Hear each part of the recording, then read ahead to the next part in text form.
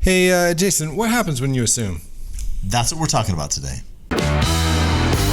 Welcome to the Utah Real Estate Show podcast, the show where two agents and a lender teach real estate best practices by talking through mistakes we've seen and made. Like, VA has no credit score requirement. Like, you can get a VA loan with whatever credit score you have. Does that mean a lender's going to do it? No. Because the loan is assumable, doesn't mean the current servicer's going to allow it, per se. Okay. Maybe. Hello and welcome to another episode of the Utah Real Estate Show. I am Tyler Kazare, Utah Real Estate Agent. Jason Christiansen, mortgage lender. Eric Wist, Utah Real Estate Agent. And today we're talking about a phrase that you probably have heard before, but not in real estate terms. When you assume something, it doesn't mean what is coming to your mind right now. It means that you're taking on the loan that already exists on a property. And we have, wouldn't it be nice if we had a financing expert to talk about that? Oh, wait, we do. What? Yeah, look at this. Well, we're assuming he is. We're assuming, yes. But bump. All right. So let's talk about this process. When you assume, you're taking on the liability. Like, oh, I saw cartons of milk in the fridge. I assumed they were full. So then you take responsibility, and in fact, the milk's gone, and you go to eat cereal the next day, and there's no milk, and you just made it out of you and me. So, really good explanation, actually. Yeah. Way to identify. Thanks. Anyway, so you're taking liability. There's things that people do. So like seller financing, a wraparound mortgage, right? Where they're like, I'm going to keep my mortgage. You're going to pay me more money than my mortgage, and I'm going to pay my mortgage from the mortgage you're paying me, right? That's not an assumption. An assumption is when someone else actually takes the risk. So the reason I want to bring this up now is for years we've been saying this is a great rate. When rates go up, this is an assumable loan, and everybody's like, meh, rates are still going down, meh. But now we're at a point where rates are twice as much as I wrote some loans at. I actually, as soon as you said that, hey, this is what we're going to talk about, I even told Tyler, this is exactly what I want to talk about. I have had 2 clients this week ask, hey, can I buy an existing loan? Or can I sell my existing loan? Well, maybe something to get some context here. That's never really been asked before, like you just said, in a long time. So kind of let's back up and say what that means for that. Well, to get some context, like these happened a lot more in the 80s and 90s, right? I didn't do mortgages back then, but maybe. Historically, they happened a lot more because the interest rates were so high that people were willing to assume if you had a 9% loan or a 10% loan, that was a great rate in the 80s, and people would that became a negotiating point in the contract. Like, I want your loan. Which I think it will happen. Like, it's still... Well, yeah, because we've been dropping for a long time, but then now, like you just said, in the last 18 months, we've literally doubled our interest rates. Still super low, but historically, they have doubled. Yes. Yeah. So, but that means that we haven't written, who decides if a loan is assumable? Well, in 1982, Freddie and Fannie, conventional mortgage, decided they want to do a due-on-sale clause, which means if the change of ownership happens, they want their loan paid in full. So in the 80s, most conventional loans became unassumable.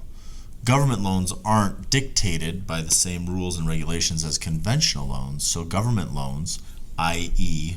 FHA, VA, USDA, are still assumable. Now, if you have a private note or portfolio loan, good luck, read the terms of your loan, see if you have a due-on-sale clause. Yeah. If you don't, it could be assumable.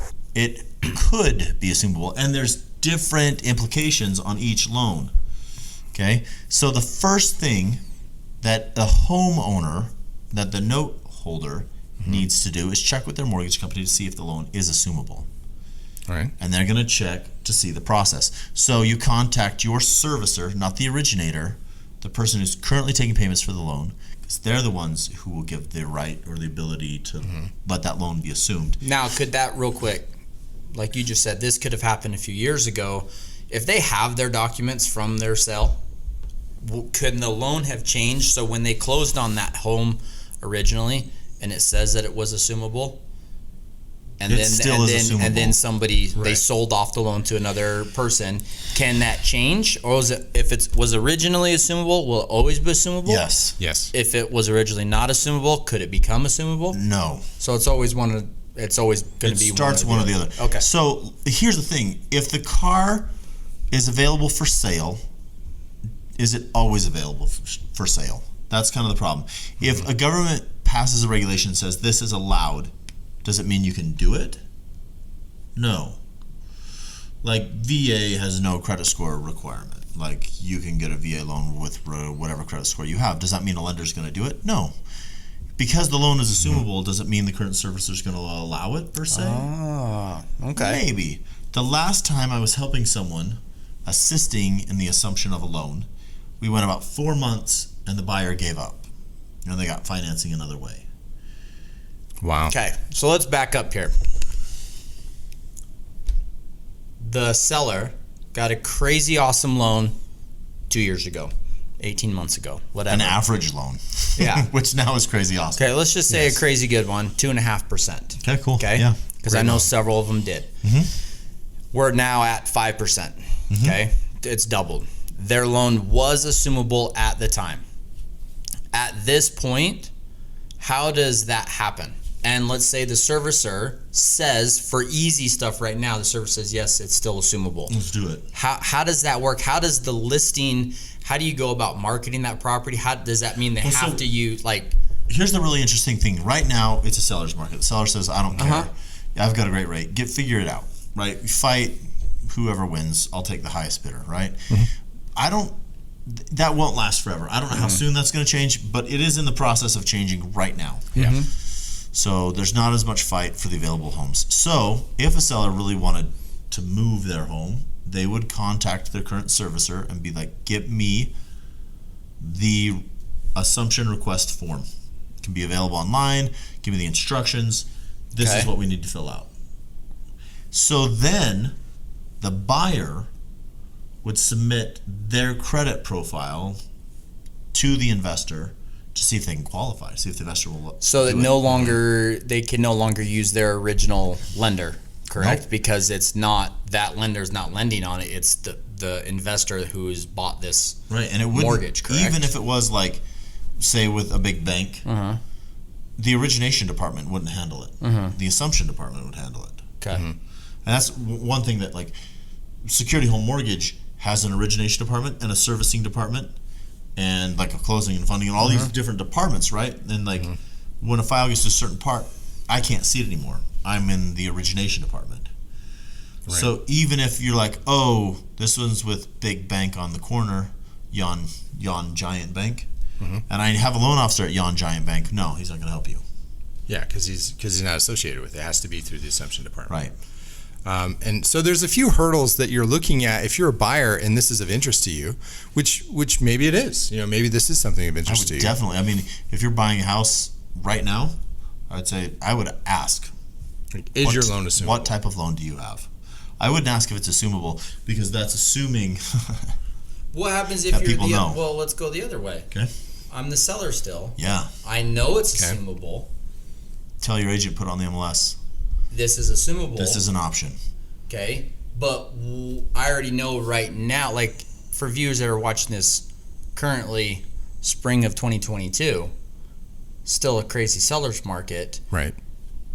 All the other stuff still applies. It still has to appraise. Still can do it over. It doesn't have to appraise. Okay, so this is. It already appraised. But now they want more money though. Oh, that's a really good point. See, they're now wanting to sell it for. So in your scenario, they bought the home when? $200,000 2 years ago. $200,000 2 years ago. It's worth how much now? $310,000. But they had a down payment at the time, so they bought it for $200,000. But their mortgage amount was originally for $170,000. $170,000, and then they've paid down principal, so now they owe. Let's say $155,000 or $150,000, but the home is worth $310,000. So they've got a gap. Yeah, pretty substantial gap. Yeah. Right? And the market right now, if they put it up for $310,000, it'll probably go for $330,000 maybe. Right. And so the people buying the house can assume the existing mortgage at $155,000, but then they've got to come up with the other $155,000, if my math is right. As a down payment. Okay. This is so why. it doesn't restart the new loan. No. And so this would be awesome because then you have a 28-year mortgage right off the get-go. Assuming they originated that loan 2 years ago, when yeah. they got the- See, I like that. This is why in the 1980s and 90s, when there were substantially higher rates in mortgages, that assumptions were much more common because those loan values, those principal balances stayed higher for longer because they were charging 10% interest or 14% or 18% interest. That's true. Those And so those amortization mortgages charges stayed on basically stayed alive for much longer periods of time. And you might buy in 5 or 6 years later and still have a substantial amount of capacity for the buyer. Yeah, and the appreciation wasn't nearly as high. And so for the buyer, this actually represented a very good scenario where they could get a cheaper interest rate, a loan that you already started 7 years ago and started paying down. And I mean, it made a lot of sense back then. Like some of the market factors that are in place right now don't really contribute to an assumption market. Yeah, it's still going to be difficult. But it's still something you should investigate because it could be an option that saves you time, money, or both, or keeps you in a little better situation. But again, has to work for your situation. Right. So it's something you start asking. And the thing to know is government loans can be assumable. There's one more twist. I love that you brought up the biggest, most common twist is what about the difference, right? Okay, so FHA, the reason that exists is to help Americans obtain home ownership, right?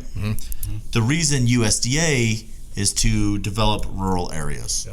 Okay? Correct. VA, a government loan, is to help veterans purchase a home. Now, VA loans work with mortgage insurance. That's called a funding fee or a guarantee fee. Sorry, it's a guarantee fee. This means the VA insures the home at 25%. Okay? Veteran comes up with a full amount, 100% financing, but if they foreclose, the VA will cover the loss to the investor, 25%. Just works just like mortgage insurance, right? Okay. And so they have this entitlement amount, which covers that. So a veteran can buy a home using their entitlement. They can let that loan be assumed by a veteran or by a non-vet. If a veteran assumes that home, the veteran assuming the loan can use their entitlement. But they don't have to. If it's not a veteran, they do not have entitlement, and the existing veteran's entitlement is retained to secure that loan.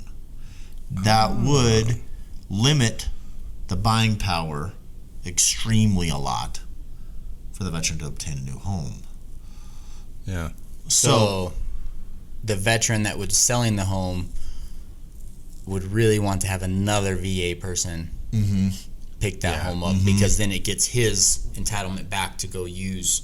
So he can get another property. VA loan. Yeah. Yeah, because his entitlement is taken up. Like it's the opportunity cost, really, of being able to offer this to a buyer. So even if he was like, no problem, I've got down payment, I'll get a conventional loan.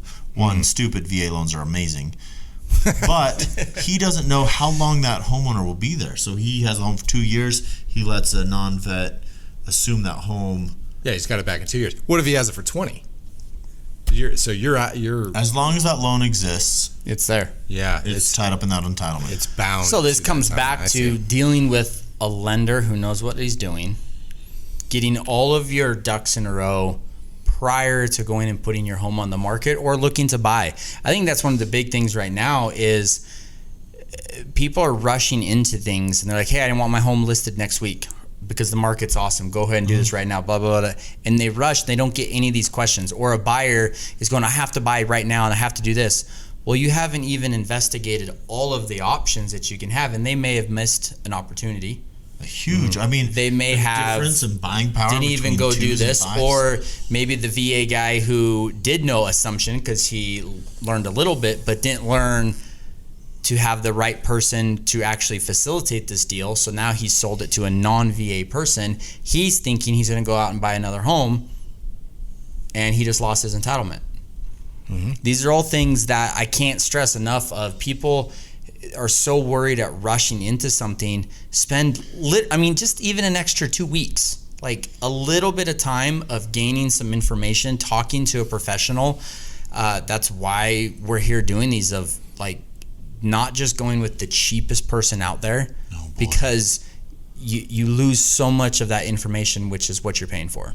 Mm-hmm. I mean, we just heard it. Like, that's a huge deal breaker that you just, like, Yeah. that's huge. That just means somebody may have just not been able to buy a home. Mm-hmm. Mm-hmm. So, what do we learn? Well, my key takeaway is that even in a prevailing 5% or higher interest rate market right now, you could have a 2.5% or 3% loan when you buy a house today. You've got to find someone who will finance the difference. Remember that there are way more questions to ask, so you need to talk to professionals to find the ins and outs of these things. Well, I assume that you guys are going to like this video and share it with a friend. I assume that you'll comment below about what you thought. And I assume that you found the other button that said subscribe. Then you clicked on it. Yeah? If you want to get in touch with us, shoot us a text at 801-228-7687. Make sure you mention the show.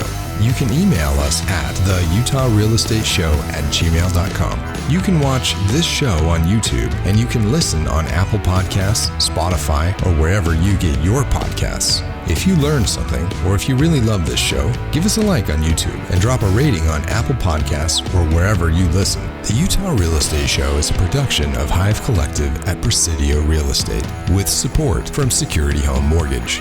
The NMLS number for Security Home Mortgage is 178787.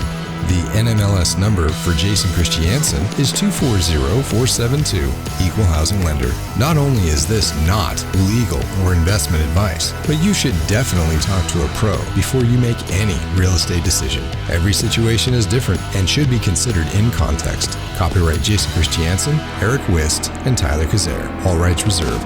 Talk to you next week. Some of you may not realize that Like, for I real. do have a neck, but I do. It's proof. He's got two of them. Those are chins. Yeah, I have two chins. No, he's hiding them with his. Do you know the Muffin Man? That's what we're talking about today? Do it again. I was looking at you. Okay, let's try it again. I still have way more questions. I'm sorry, we're done. What? Okay. I would assume I that it would think- have to be owner occupied. I think you have to. And you like to government make an loan. ass out of you and me. Right. make an asset. Oh boy. You know that's going in the outtakes. Well, I'm just saying. See, I would think you can. But You're I making looked, an I couldn't find assumption. anything. oh, I know. I know. It's a dangerous assumption to make. What would it be like to just assume all day long in an assumption department? If that was your job, to assume things. No, it would You be to assign call the me every assumption. day. Call me. What other questions do you have?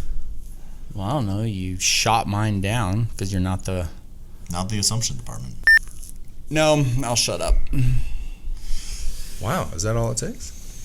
So that can just be added into the difference that has to be paid. I would assume.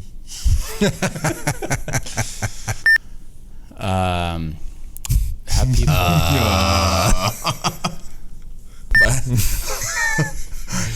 So that was a terrible out. Yeah. Try again. Hey, I'll get up. And together we'll assume these things. The three amigos. Come on, we gotta go get a